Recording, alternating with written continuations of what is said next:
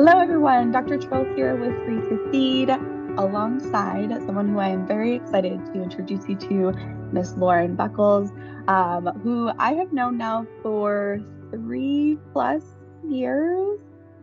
It's been a while, which is exciting and surprising where time has gone. So I'm so incredibly excited, Lauren, to have this conversation with you. We are officially introducing you as a free to feed consultant.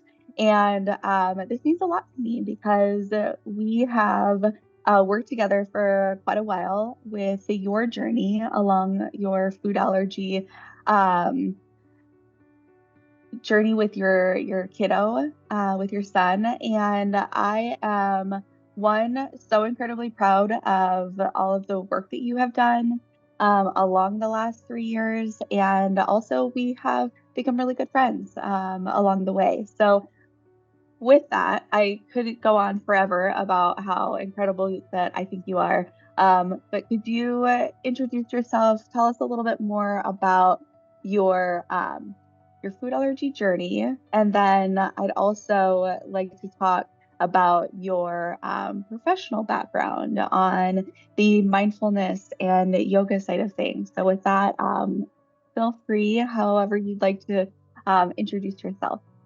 Oh, thank you, Dr. Trill. Yeah, my name is Lauren. I have a son who is 3.5, and I have no food allergies. So when he was born in March of 2020, it was pandemic. It was crazy times. Um, Even without an allergy situation. And first time mom, all those things. And I think it was like 2 months in when I was like, his poop is not right. Something's not right. It's green, it's mucusy, it's not good. Um, and brought this up to the pediatrician several times before really being taken seriously. And then eventually he referred us to a pediatric GI, and which was like a frightening thing to experience because you're like, oh, okay, like this is a real issue, right?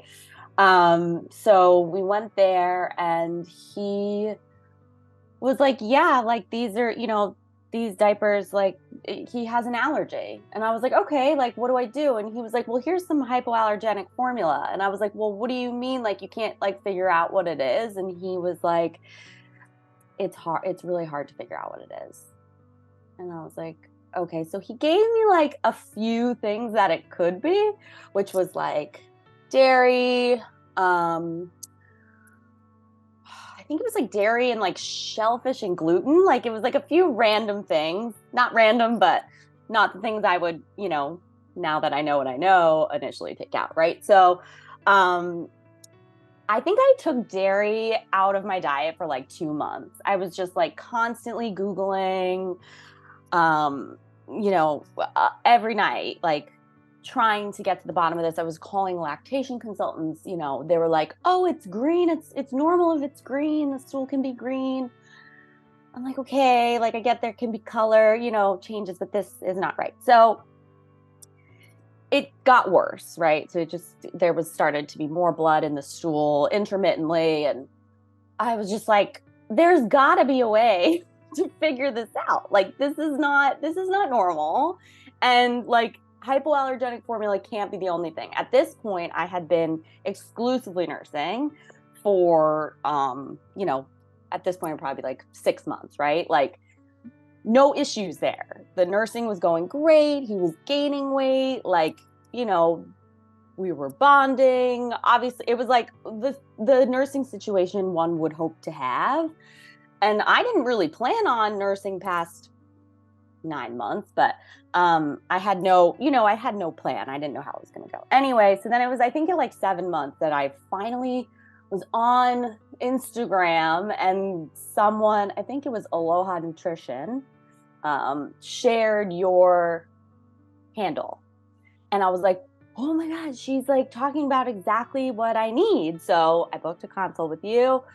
We had a conversation. You were like, no to cutting dairy for 2 months. Like, you don't need to do that. And I was like, okay, great. Like, this is 5 days. I can do that. I've been like cutting things out for months. So we did, you helped me do a total elimination diet. And from there, over the course of it took a couple months, I think, to really nail down, because he had several triggers at that point. We found out he had FPIES. You helped me conclude that, right? Reach that diagnosis. And then eventually I switched pediatricians who also understood what FPIES was and was able to say, yes, the work you are doing with Dr. Trill has been good and helpful. And yes, that's what it is. So yeah, at that point, we did it. We got him to baseline, and it was like still a journey from there, though, a little bit, right? Because at that point, I think I was very slow with the reintroducing. I mean, there are still things that he hasn't had. Yeah. Because that was what worked for me, and like my mental health, and anyway, it worked out. But he was allergic. I think we figured out egg. He was, had chronic reactions to egg. So that was like a really tough one, because it's not as common, but it's hidden in everything.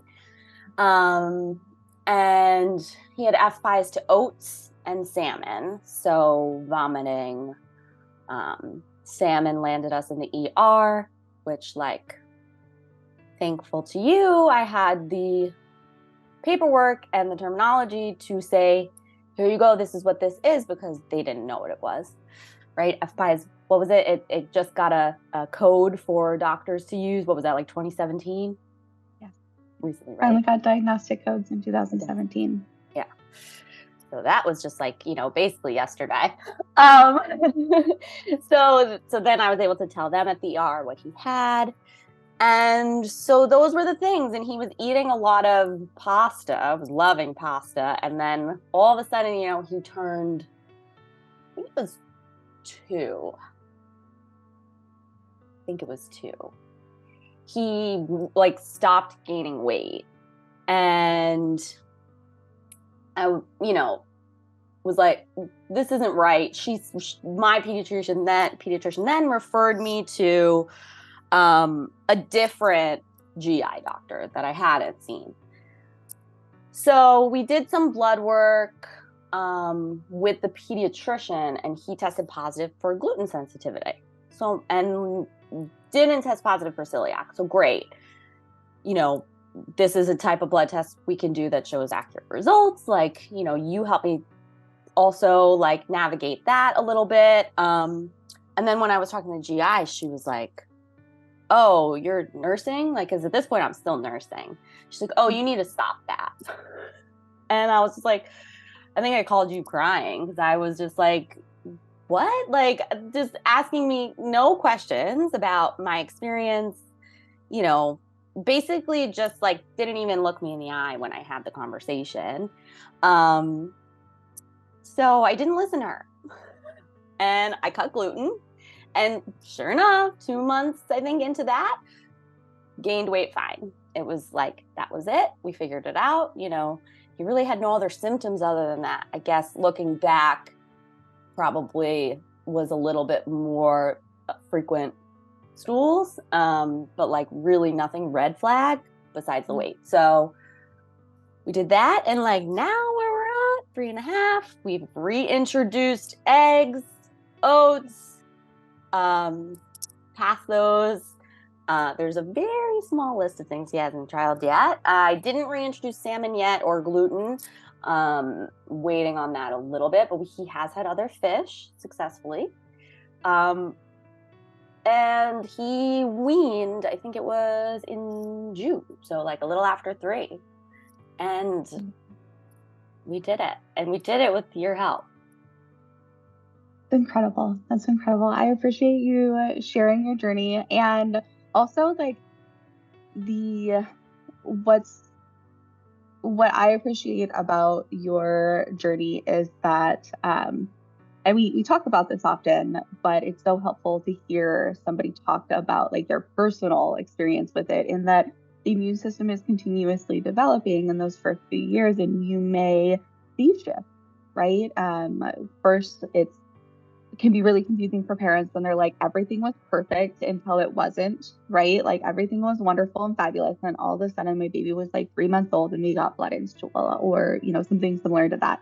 And that can be really confusing because the stereotypically, I think the mindset is that you can't have a food allergy pop up later, right? When in reality, that is how that happens.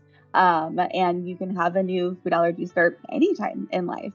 And then also to say like, yeah, that we had all of this like nailed down, right? Which we did. We were like, yeah, these are the triggers. And also to mention in your journey, a lot of what took so long, especially in the beginning, was that like trial and error, the taking things out, bringing things back, figuring out exactly what foods it was. And that's not uncommon when we have to go to a total elimination diet, right? When we're removing so many things. So there's a lot to trial back. And when I'm working with families, it's always a matter of talking to them about like this, you're not on anybody else's timeline, right? Like you take this as fast or as slow as you want. You're not on anybody else's timeline. And if you want to pause because you're in a good place right now, do that.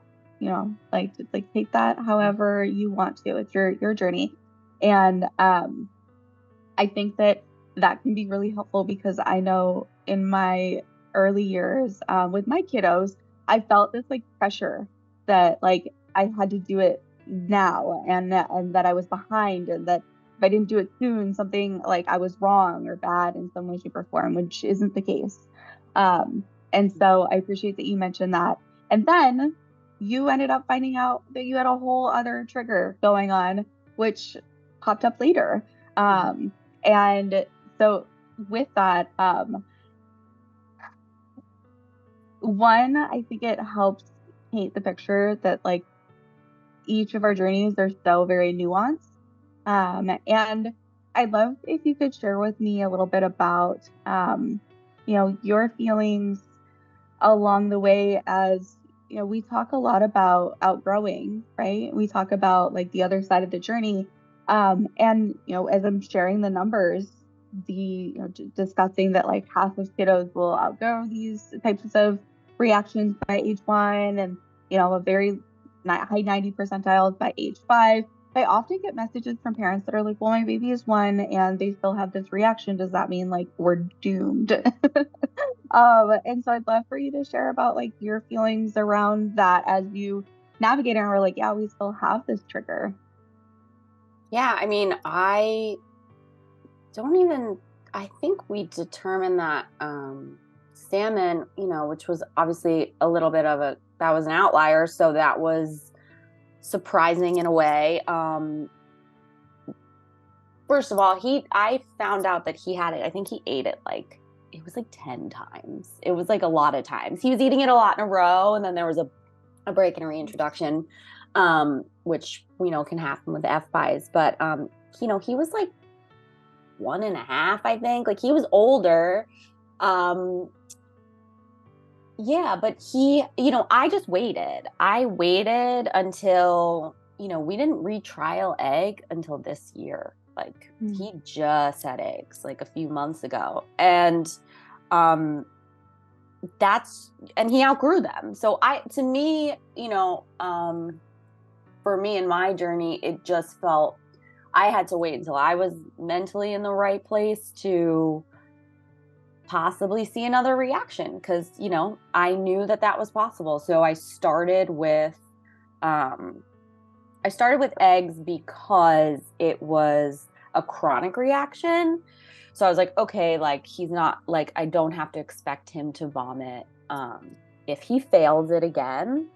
And then we went to oats, which was his first acute reaction at like 6 or 7 months or 8 months, whatever it was.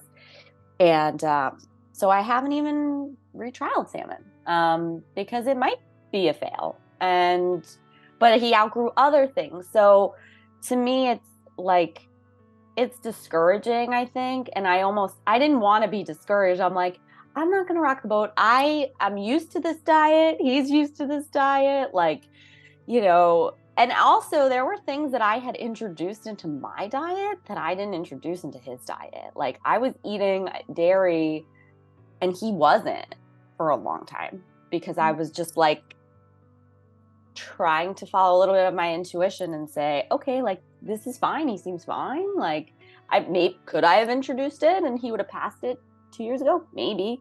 But if it was a fail, it just kind of like is it just sets you back. I think mentally it's so exhausting. It's scary. It's like, all those things. So for me, I was like, well, if he's healthy and happy and thriving and we're both eating and happily eating, then it's okay. But I know it's such a tricky thing because elimination diets are not easy. And I think it was just what I was like just so determined to do.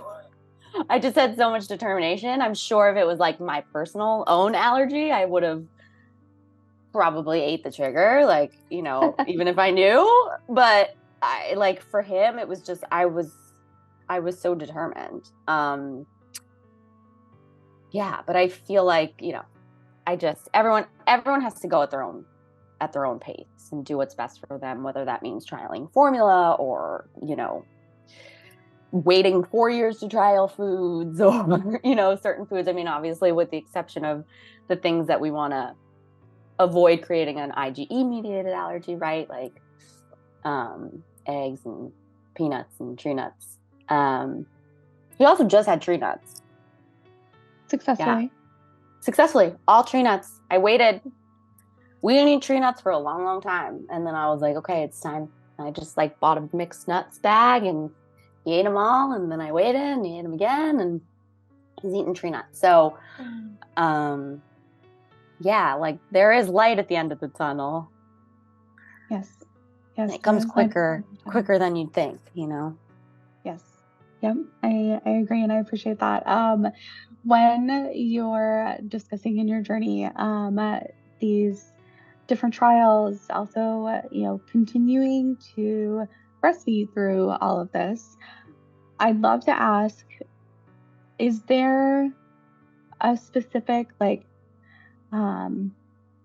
moment, or was it continuous moments of deciding I'm going to continue my breastfeeding journey? Because you said it initially, I didn't really have any specific expectations. I was thinking maybe 9 months, maybe longer, maybe not. But I kind of just had an open mindset. And then to say yeah, you had and have a kiddo that was and is dealing with F5 responses and other reactivity and sensitivity issues. And you continue to breastfeed for 3 years, which is amazing. And huge kudos to you. That is so much work. Did you feel like it was a continuous kind of buy-in for you as yep, I'm going to keep doing this? Or you were like, well, this is just working for us, so I'm going to continue what? And maybe it changed probably over time. Can you tell me a little bit more about that? Yeah, I think every time I saw a reaction, I just kept going. I was just like, no, this is not. And I would fear going to the doctor because I knew the doctor would be like, oh, that's it. You need to do formula now. But I just knew that, I mean, we know that breast milk is so good for babies and, the probiotics and all the things that are coming through the milk that I'm like, this is going to heal his gut. So that was knowing that, I think too, I was like, why would I didn't know if I had to, of course, some people have no option, right? And they need to find the hypoallergenic formula and that's what works for them. But I was like, it just didn't make any sense. And I why would I have to switch to this man-made product when I'm producing the milk? It just, it was all happening. It's not like I was, like, not producing enough, or we had no other issues. So I think that was like the main motivator every time, that I was like, why am I going to like try to fix something that's not broken? I just need to figure out like the piece that's, that's not working, or the piece that's like causing this reaction. And, it also helped, I think, too, that his reactions weren't like, he wasn't very upset.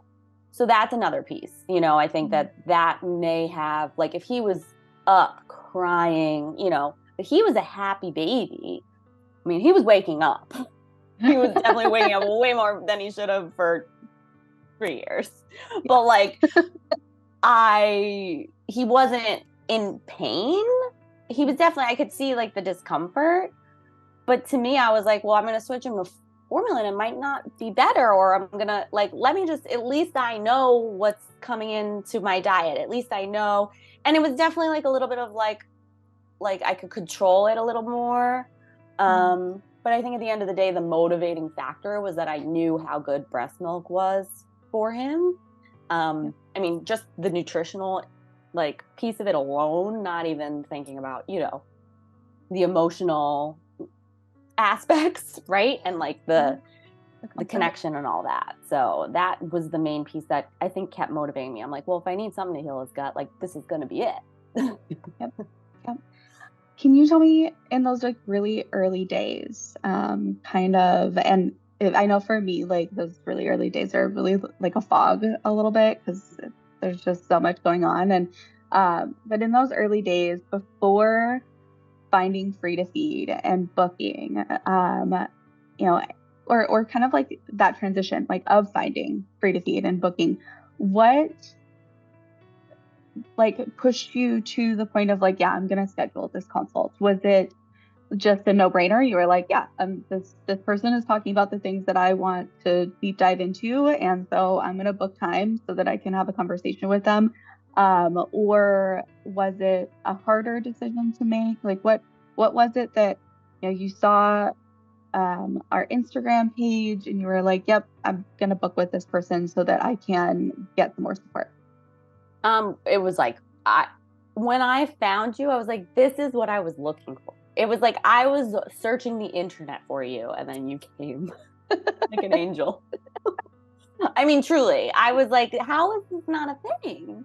And it was just, every article I was reading was like, all the issues that could cause like green mucus stool with nursing and latching and oversupply. So like I went down that route first, because obviously I was hoping that maybe it was something like that rather than an allergy. I didn't want him to have any allergies.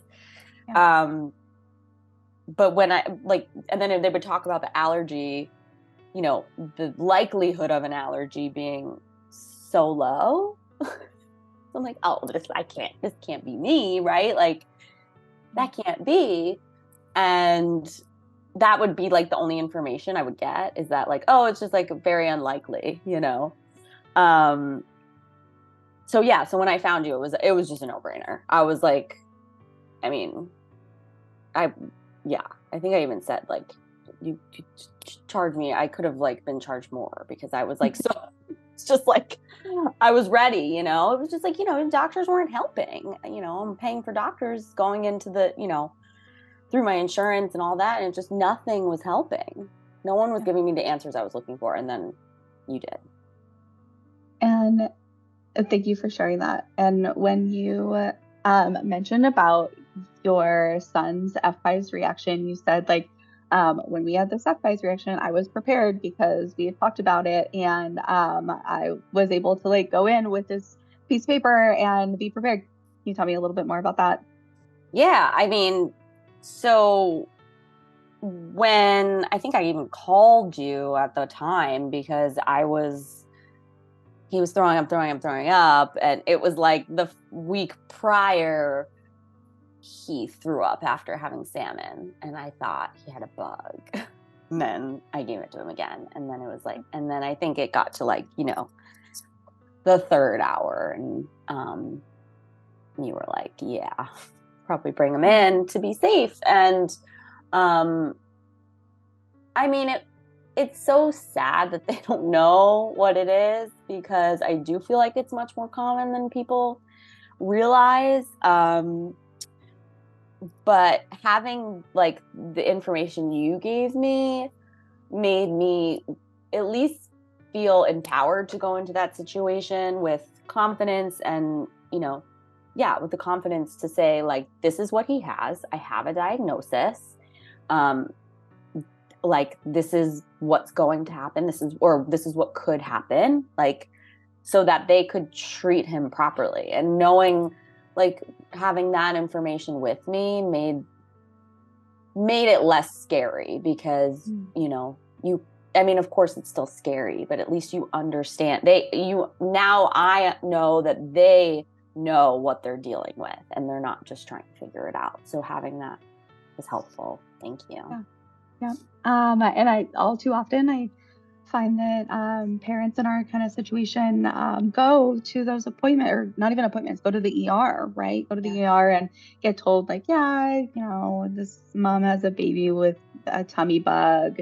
Go wait in the waiting room. And like, Right. ain't nobody got time for that. I'm like, no, no, we're being seen right now. And these are the things you're going to do. And I'm here because I can't provide these specific things like IV fluids to make sure that we're not ending up with dehydration problems at my home. So like, right. These are, yeah. And so for anybody listening who has navigated that, like, my heart and soul goes out to you, that it's not easy. And that's why when we're working with families, and if FPIES is suspected, even, right, like, not to the point of necessarily getting a diagnosis is amazing and wonderful, but unfortunately for a lot of us, we don't get a diagnosis, official one.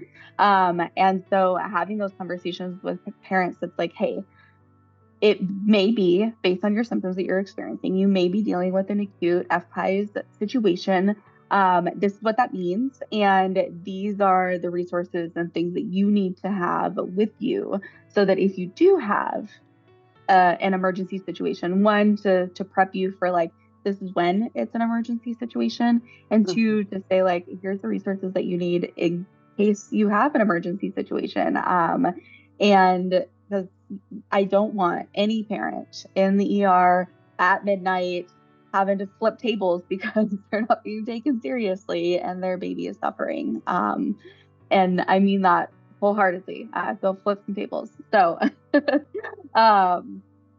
the next thing I'd love to chat about is your experience on your professional side.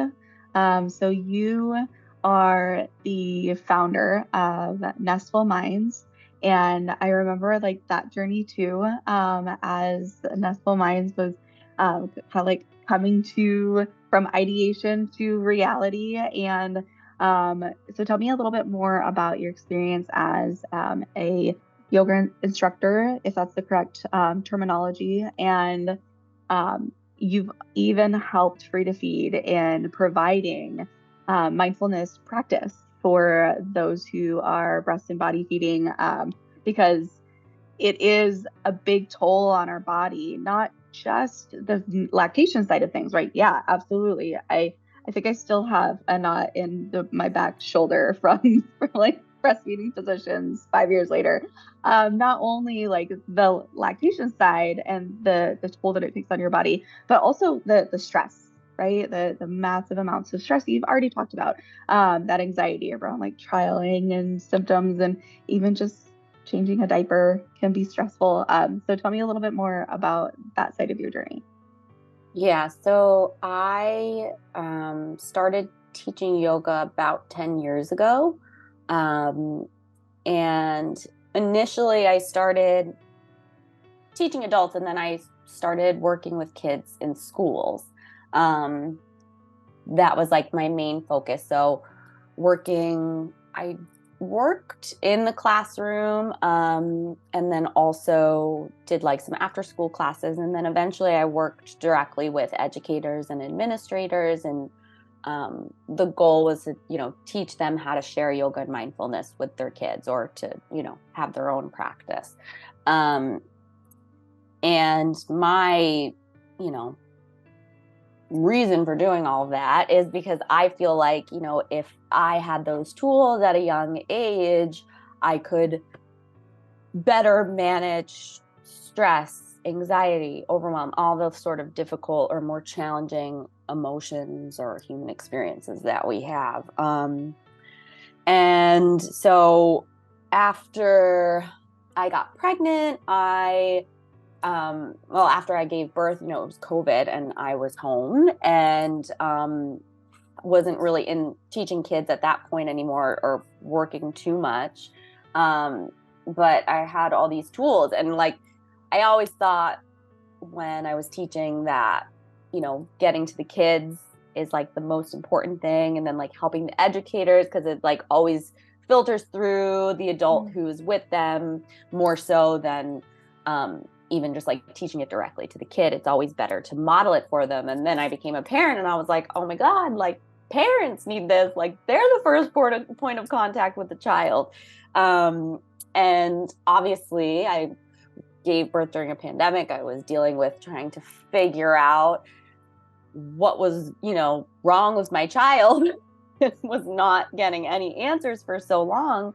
And, you know, yoga and mindfulness really helped me with that. I think, you know, yoga can mean a lot of things. There's a lot of pieces to it. There's a lot, you know, it's more than just a physical practice. It's more than just breathing. But for me, I think that yoga is meant to help us live a well-integrated life.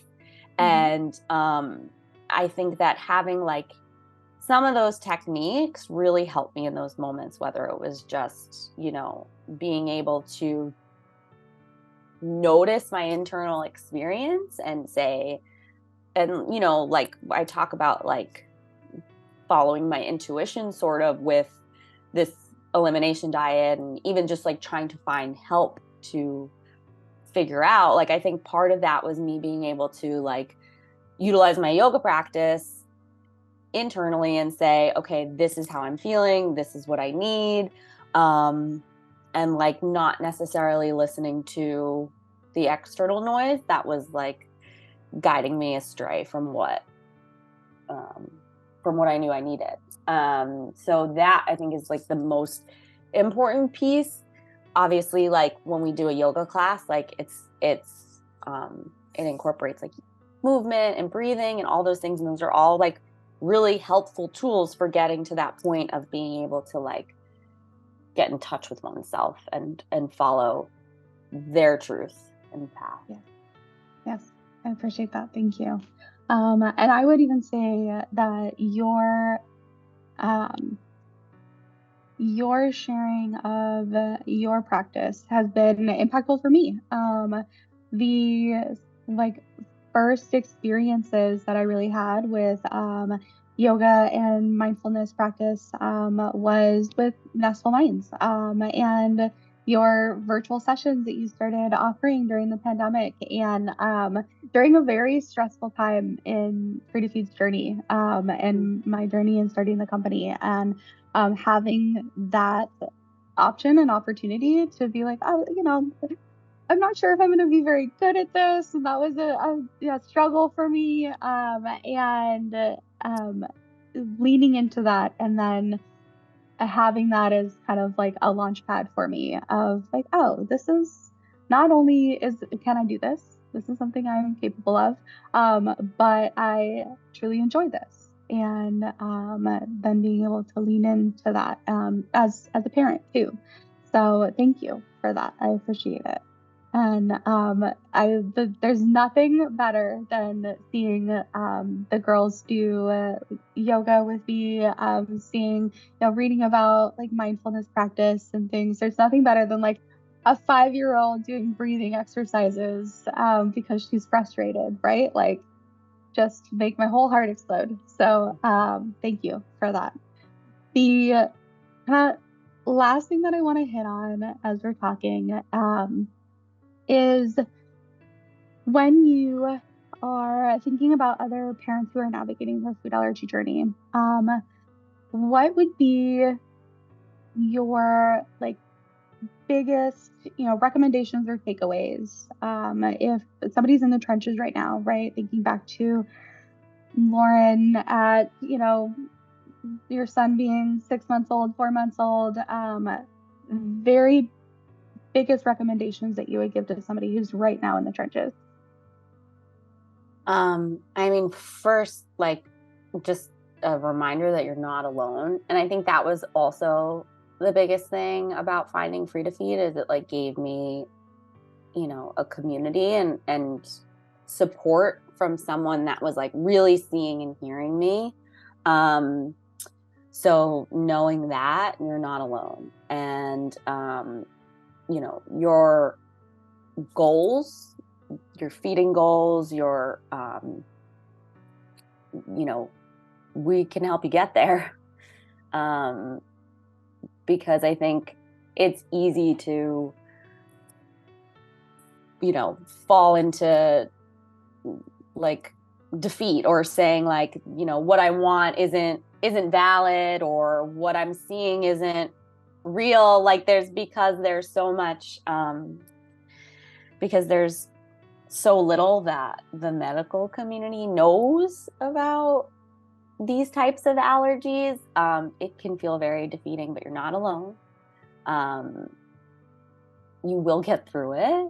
You will get on the other side of it, or, mostly the other side of it, and say, I did it, or I made it through it, or like, we survived, and hopefully you're saying we thrived. And yeah. Thank you. Thank you for that. And from me, for anybody who's listening, I want to echo what Lauren said. You're doing an amazing job. Truly, truly proud wherever you are in your journey right now. And if you'd like to book with Lauren, you can find more information about her and about booking at freetofeed.com/consults. And certainly, if there are any questions that you have about the conversation that we had, you can add it into the comments. And Lauren, officially from me, welcome to the team. And thank you so much for having this conversation with me. Thank you. And can I add one thing? I will say, like, when, like, part of this, right, is like navigating stress, because it's so stressful, part of being an allergy parent. And so part of what I'm hoping to do as a consultant is not only like eliminate and reintroduce, like pinpoint, eliminate, reintroduce triggers, but to also navigate and manage the stress that comes up, because that will also help you and your baby. Yes, absolutely. 100%. And we talk about that throughout Free to Feed, about like stress and bringing down the cortisol levels that are understandably through the roof while you're in the midst of this journey. But I will be the first to admit, this is the first big step that we've made towards bringing that in-house to help parents actually alleviate that. Because yes, we're 100% have been talking the talk about like, these are some of the things that, you could do to really bring down your stress. But I won't lie, like there's few things that I hate more than having to like look at a parent who's in the trenches and be like, reduce your stress. Because, wow. Okay, yeah, that sounds great and lovely and wonderful. Like I'll just get right on that. But this is the first like tangible step that Free to Feed has made towards providing real solutions and providing real help, right? Real help in the form of Lauren joining our team. So thank you for